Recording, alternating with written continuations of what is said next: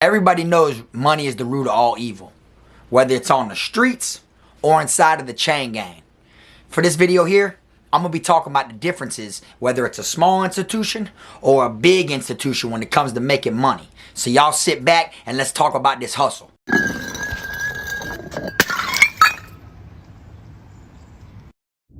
Same time of the week, let it be there. Have my people send a message, make sure that it's there. Time for me to collect, bring the shit over here. Cause you can tell that my face don't make me come over there. I'll run up in your room, put my shank in your neck. Swear to God, I wet you up, better show me respect. I'm hitting licks like nut, break bread with dogs. Putting on for each side, Davey, this K-Fraud, it's a robbery. Heard what I said, I got some names I won't say. Most of them dead, for that tune you get there's a price on your head. Take the shit out your locker, throw it all on my bed. You got a daughter back you up, on care but you click. 2 lockers to fit both y'all shit. See me in the cut jamming, smoking the rip. Getting tighter with the money that your people are sent. See on the streets I would've bust you, but in prison I come cut you. What's up, y'all? You already know, man. K-Fraud TV back in the building. Y'all go ahead and do me that solid favor, man. Make sure you hit that like and subscribe button. And also make sure you hit the notification bell so you can see it first. Welcome back to the channel, y'all. If this is your first time tuning in, my name's K-Frog. And what I talk about over here is either jail or prison related. Because I want people to know what it's truly like when you find yourself on the other side of the system. For this video here, I'm going to be answering one of my supporters' comments. He reached out to me on Snapchat and he also left a comment on YouTube. And I'm going to let y'all know when it comes to hustling, if you'll make more money on a small compound or a big compound. This right here is an awesome topic, so I felt like, you know what, I'll go ahead and I'll express it the best way I can so people out there can understand the breakdown of how it goes. Okay, now, everybody knows when you find yourself locked up, money, money, money, money, money, money, money is what everybody's focused on.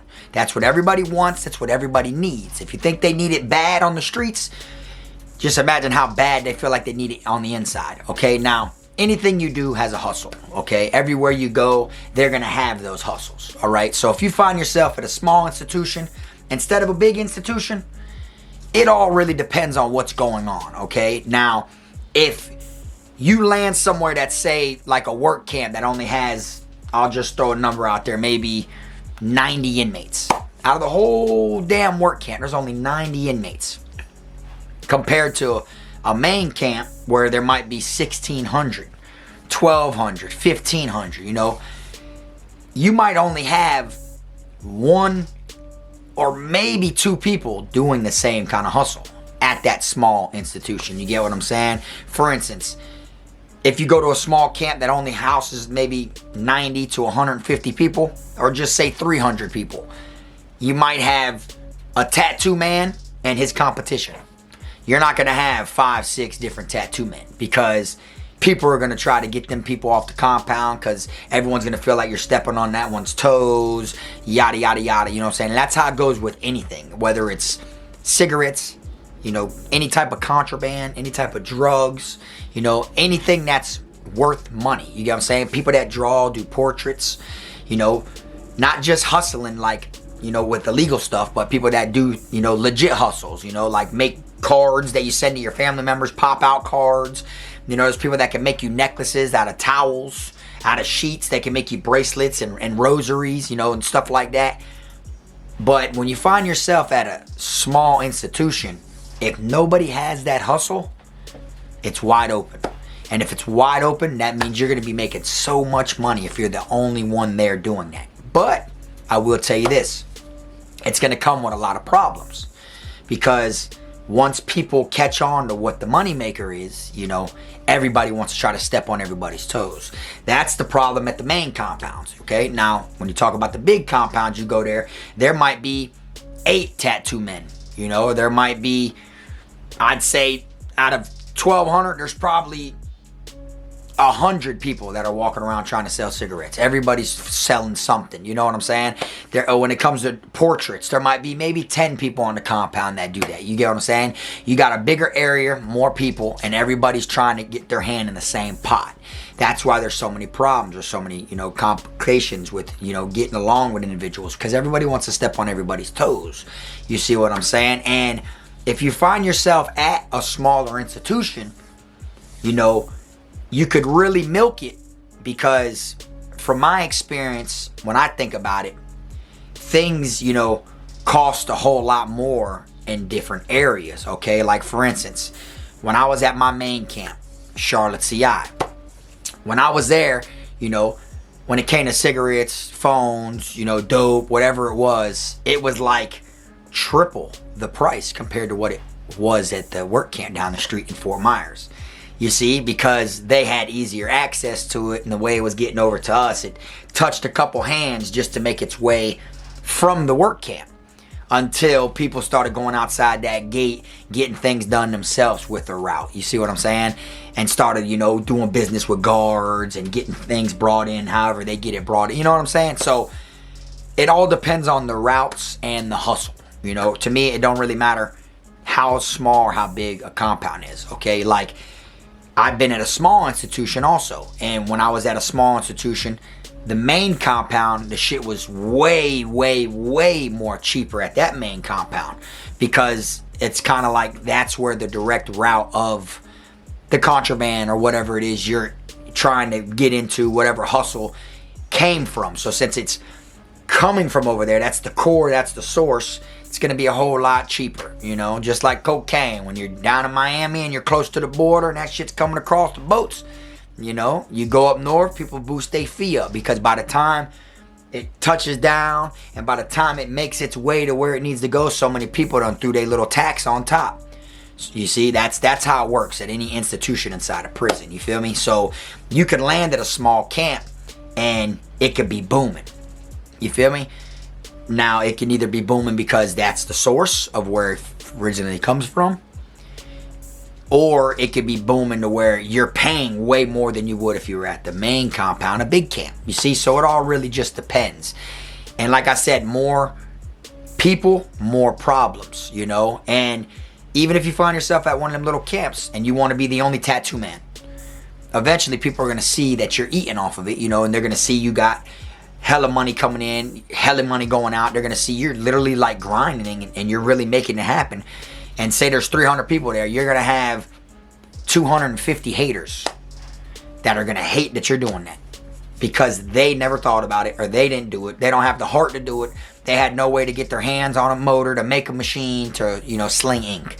You feel what I'm saying? So they'll want to step on your toes. As soon as they see little, oh, look, boy, that boy over there tapping people. Oh, he eating good now. Now I'm going to do it. You see what I'm saying? So you got a lot of people that kind of like want to steal your ideas. So it's kind of like, my opinion, I don't want to be the only one with that hustle at a camp. You get what I'm saying? I don't want to be the one that goes to an institution, whether it's a big institution or a small one, and be the first one to think of this type of hustle. The reason for that is because I know for a fact it's going to bring more problems than if I just went there and tried to step on someone else's toes. I'd rather go there and be like, okay, you 4 people are slanging what I'm slanging. Well, move over. There's 5 of us now. That's what I rather do, me personally. You see, that's the way that I would do it, rather than want to be the only one. You feel me? Because people don't like to see people eat. People don't like to see people grind and get money. So with stepping on toes comes violence, and a lot of that shit can be avoided. You know what I'm saying? Just mind your business. You get your own money. Don't worry about my money. Don't try to, you know, don't be watching my pockets. Don't worry about what I got going on, and everything will be straight. But if you're the only one at that institution, then everybody's going to be watching your pockets. A lot of people are going to be hating. People who can't even do what you're trying to do. So I'm saying, you might have a route or a guard. You might be fucking a female officer. Or you might have a male guard that's, you know, bringing it in, or a female that's bringing it, whatever it is. And you got a route and everything to where boom, boom, boom. You put all the pieces in order on this chessboard to where now you can sew it up to where you got the compound taken over and you're booming. You're doing this. No one else is doing it. And people who ain't even got all those things in order are going to try to just straight up knock you off your pivot, because that's how it goes. You see what I'm saying? And me, I've been at places to where there wasn't that much, you know, hustling, to where it was, you know, you'll want to hustle and people ain't allowing it. Or I've been to institutions to where everybody's doing it. So you got to just like get in where you fit in. You know what I'm saying? You got to just keep grinding and doing it. But as far as how big it is, if it's a big camp or a small camp, will you make more money because it's a small one, or will you make more money because it's a big one? It all really depends on what the prices are going for. You see what I'm saying? Now, if you land at an institution where it's hard to get things in and it's hard to have these certain things, of course, they're going to tax you. prices are going to go higher. You know what I'm saying? If you're at an institution that has no access to plexiglass, you know, like plexiglass, like they use for knives, or metal, you know what I'm saying, to make bangers out of, then at the end of the day, or glass, if there's none of that around here, if it comes from the main camp, they're going to be selling for way cheaper over there at the main camp. But where you're at, due to the process it took to get to where it is, you know, to you, it's going to cost more. You see what I'm saying? And you'll feel like you're the only one that's got the funds to put up to get this shit. You know what I'm saying? Or there might be other people that are already doing it. So then you got to get with the program and you got to put in and you got to get it too, you know? Because if you land at a camp where they're charging $30 for a piece of plexiglass, you know, you'll be like, damn, but everybody's got plexiglass knives. You don't want to try to bring these when someone's got a knife. They're going for $30 and you still got to sharpen it and everything yourself. You feel me? You'd be like, damn. And you'll pay it. You'll do what you got to do because now you strapped just like them. But at the main compound, them shits is probably like $7. You see? That's how it works, you know, because it's cheaper where it came from. You know what I'm saying? That's, you know, y'all understand how I'm breaking it down. But that's the same thing with anything inside of prison, you know, like cigarettes, for instance. I've been at some institutions where the cigarettes, people were selling them, like literally, they call them lacs. Cadillac is a whole cigarette. People were selling lacs at one time when I was locked up, whole, just selling it whole. Of course, if you break it down, you can make dollar hollows and you can make $2 chubs, and you can make it to where you know there's no filter on them. You can break a $2 chub is breaking one cigarette into 5. So you can make $10 off one cigarette. But people usually sell the whole lac for like $3. You see what I'm saying? At a sweet place, $3 for a whole one. And then if you pop them yourself, you know, in the $2 chubs or dollar hollows, that's how you make your bread. But I've been in institutions where people want $15 for a whole one. You see what I'm saying? And they don't sell $2 chubs, you know what I'm saying? So it all really just depends. You know, the prices change on how hard it is to get the stuff in. Now, if you're at a sweet institution where shit's just wide open, coming in left and right, then of course it ain't gonna be that high of a price. You know, like cell phones, for instance. The cheapest I seen a cell phone when I was locked up was $350. That was the cheapest cell phone I ever came across. Okay, and then I've been in some institutions where they were going for $700. You see, because they were harder to get. You get what I'm saying? That's why it was like the process of getting it, whether it's a guard or it gets snuck in by someone. You know, everybody's got to be paid in order to keep quiet. That's just how it goes. Even the inmates that drop it off, or somebody on the outside, however they drop it, and then it gets picked up and brought here and then dropped there to them, whatever. Everybody wants something. I've been at institutions to where they want half of whatever you get brought in through the gate. So if you got your peoples on the outside about to drop 8 cell phones out there on the outside of the gate, and then it gets brought in, yeah, they have a route to bring it in, but out of them 8 cell phones, you're only getting 4. The people who brought it in get to keep 4. You see? That's how it goes, you know what I'm saying? Then I've been at some institutions to where you could get 8 phones dropped off and they just gonna charge you 1 phone. You see, now you got 7. You see, so it all really just depends. You know, there's tons of money that could be made at any institution. You got to just learn how to adapt to what it is. You know what I'm saying? For instance, if you go to a place and they're selling phones for, I wouldn't care if they were $200. It's still a come up because you don't get no expensive phone. You go to 7-Eleven, you get you a track phone, $15, maybe $25. Buy as many as you can. Tell your old lady, look, baby, go spend $300 and buy me as many of them track phones that you can with $300. You know what I'm saying? And then just say they were $25. And she goes there, right? Boom, she starts buying them for you. Next thing you know, she spends $300. You got 12 phones now. You sell each phone for $200. Look how much more you just made back. And that's if they're only going for $200. Like I said, in a lot of institutions, they're going for $600, $700. I've heard about them being $1,000 on CM.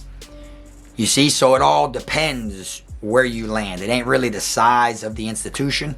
You could go to a small one and crank up, but since it's so small, there's not that many people to be watched. So I think, my opinion, I think the guards will get whiffed of what's going on at a smaller institution quicker than they will a big institution, because there's so many people that are wanting to be the man that a lot of them end up being fall men. They ended up falling, you know, being the ones that wanted to try to be on Front Street and be seen by everybody, and you just notice all these people getting caught going to confinement. Them smaller camps, your ass gets sent to the box and they ship you. you don't really get to stay there and try it again. You know, you don't get in and out of confinement like you do these big camps. You know what I'm saying? And it all depends on how you do your time. If you like violent shit, you like to, you know, put on for what you rep or where you came from, you like to get in fights and you don't back down and you like that drama, then I'm pretty sure a big camp's where it's at for you. The small camps, them shits are boring, you know. Like I told y'all before, I got sent to a work camp for 5 days. I only lasted. I went on a Thursday and was back on Tuesday. Wasn't even back before I even got to try Tuesday's dinner. Didn't even get to try the chicken over there. You know what I'm saying? And them 5 days was miserable. You know, they're real petty. The smaller the institution, the more the guards run it, you know, and they're real petty. The bigger institution, the more freedom. There's too many people for them to watch. You get away with a lot more stuff, you know what I'm saying? And when it comes to hustling and grinding, I feel like you can get away with a lot more at a big institution because there's too many people to be watched. You see what I'm saying? If you were really gonna add up which one can you make more money at, a small one or a big one, you could make a lot of money at a small one if the guards were cool and they turned their head and they didn't care what they heard. Because people are going to start writing kites, dropping dimes on you, trying to get you from around there if you're making too much money. Because everyone's going to want to get you out of the way so they could take over your hustle. You see what I'm saying? You can make a lot of money like that. The other camps, the guards hear it all, but they turn their head because there's more than one person doing that. So what do they look like looking at Frog, running down on Frog because they hear from these people that Frog's over here slanging cigarettes or he's over here selling this, you know? When they know for a fact there's probably 25 people on the compound right now that has that on them. You see, that's why they don't really, you know what I'm saying? So that's how I think. I think the best way to break it down out of the two institutions, it don't really matter, but it depends on who's doing the hustle. How many people are doing that hustle? If there's a lot of people there doing that hustle, it's going to be kind of hard to make money because everybody's going to stick with who they know. You know, they're going to always go to who they've been going to for the longest. Even if it's not because they got good, you know, quality stuff or high quantity amount. It might just be they're scared to go to somebody new, or they just feel more secure with their money that they're going to get their bang for their buck from that person they've been dealing with, that they might not want to try nothing from nobody new. You know, so you always got to think about that. You got to, you know, on the streets and stuff like that, growing up, you got licks out there and people take people's licks, you know. Some people call robbing or, you know, a lick, like we finna go hit a lick. Down in Broward County, we call busting a lick, you know, that could mean robbing someone, like we finna go hit a lick, or, oh, I'm finna go meet this lick. That means, you know, serving someone, a smoker, a lick. And on the streets, growing up, people would try to, you know, step on each other's toes and take everybody's licks. You know what I'm saying? In the chain gang, you try that, someone will try to kill you. Just like that, you know? Like, it isn't like you're going to get away with it. People are going to know, you know what I'm saying? If this dude's used to selling this many cigarettes to this guy, and now all of a sudden he don't buy that many, or he don't buy none at all, and they see him over there smoking, word's going to go around who sold him that. So it's like you're stepping on people's toes right in front of them. So from the other dude's perspective, it looks like this dude's trying me. He's trying to steal my customers and take food out of my mouth right here in front of me. So I'm going to go ahead and get him up out of here. See, you got to be prepared for stuff like that. And I feel like a lot of that comes more with a big camp, because when you're doing something, you're stepping on a lot of people's toes. You see what I'm saying? So like I said, the easiest way to sum it up is it depends on how many people are doing that hustle. It depends on the hustle. You get what I'm saying? It doesn't really matter on the size of the institution. But me, I would prefer a camp with a lot more people, a big camp that has multiple people doing that. Because once you gain the respect and people knows what it is, them same people that are doing that hustle are going to be up under your wing next. They're going to come to you and they're going to be copping off you. You see what I'm saying? But you got to get to that point. You feel me? If you're the only one, or it's you and one other person at a small institution with that same hustle, and say you need something or they need something, they'll never come to you for it because they'll know they're up under your wing. You see what I'm saying? At the bigger camps, they're blindsided that because everybody's trying to hustle, that they don't really look at it like they're up under your wing. They just want to make sure they always have access to whatever it is they're trying to hustle. So like, you're their plug, they're gonna, You know, be grateful for that you're their plug. As long as they know they can always get it from you, they don't care if they look like they're up under you. They'll throw a little extra tax on there for their customers or whatever it is. But at a little camp, your ass fuck around and run out of whatever it is, or lose your connect or your route that you have to do your hustle, and there's only one other person over there that's doing that hustle, they're not going to help you. They're not going to take you up under their wing because they want to be the only person doing that. Now they ain't even got to help you because you were their competition. They just let you burn yourself, you see? So you got to be prepared, and you got to understand these certain things when you go to institutions. You know what I'm saying? But that was an awesome topic. That's why I wanted to come on here and I wanted to talk about it. Y'all let me know what y'all think in the comment section. If y'all been locked up at a big camp or a small camp, or even if it was a small jail, whatever it is, was prices higher or lower at the smaller place? Or was it the opposite? Because I seen both. I seen it low at one spot, more at another spot, but then I've also seen it the same way at a little camp, high money, main big camp, low money, and then I've also seen it swap. You get what I'm saying? So y'all let me know what y'all think. I know it's not the same everywhere around the world, but I can only break it down like the way that I know it is in Florida. But I'm pretty sure it's like this all around the world. You get what I'm saying? That's all I got for y'all today, man. I appreciate y'all tuning in. If there's anything that I forgot to talk about this specific topic, feel free to put it in the comment section. Y'all enjoy y'all weekend, man. Until next time, like I always say, make sure you keep them rats, squares, clowns, chomos, pedos, gunners, wannabe island boys, and clout chasers out your circle. And until next time, it's the one and only. I am my team, Frog. I'm a criminal, I'm a cool nigga, but I got a limit though. I'm a cool, but I got a limit though, cause I'm a criminal, yeah, I'm a criminal.